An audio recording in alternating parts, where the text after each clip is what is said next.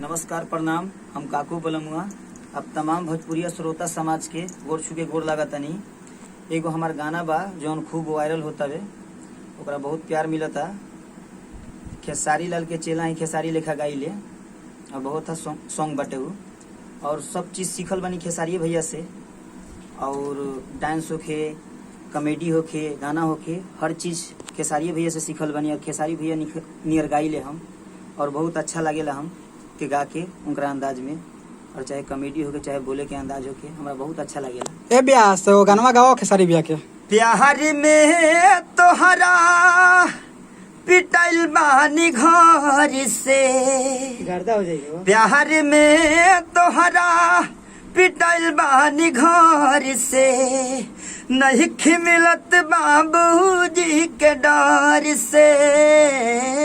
प्यार में तोहरा पिटाइल बानी घर से, नहीं मिलत बाबूजी के डर से। गिर गईनी हम त सभा का नजार से, गिर गईनी हम त सभा का नजार से।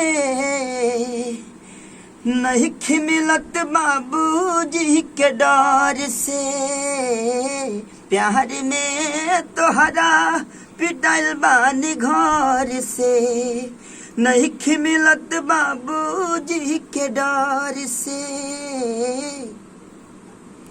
तनी अंतरो गा दो ब्यास। पहरा पड़ल। हाँ हाँ गाओ।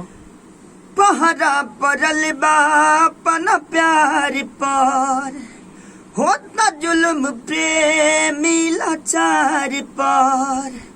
तू न चाहबू अब तो मर जाइब जहार से, तू न चाहबू अब तो मर जाइब जहार से।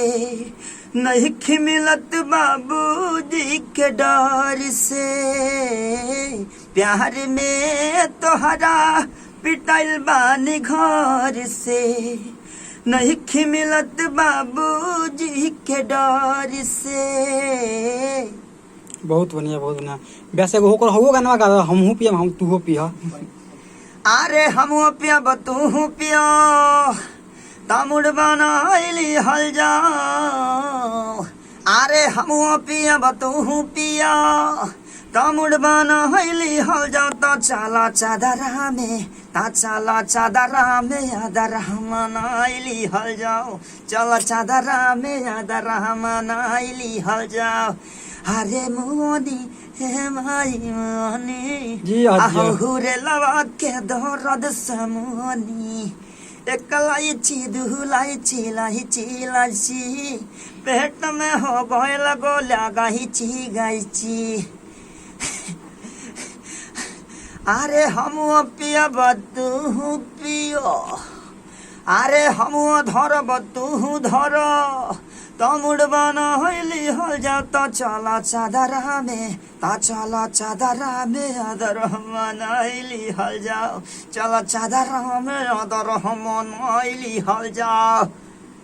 भैया हमार गाना यूट्यूब पर बा, और हमार गाना बटे काकू बलमुआ, कि हमरा गाना के प्यार दुलार दी लोग और हमरो के आगे बढ़ाई लोग। काकू बलमुआ सर्च करी लोग यूट्यूब पर, और हमरो के प्यार दुलार दी लोग खेसारी भाई के जैसन। मतलब हमरो को बहुत प्यार दी लोग। नमस्कार प्रणाम, अब विदाई और धन्यवाद।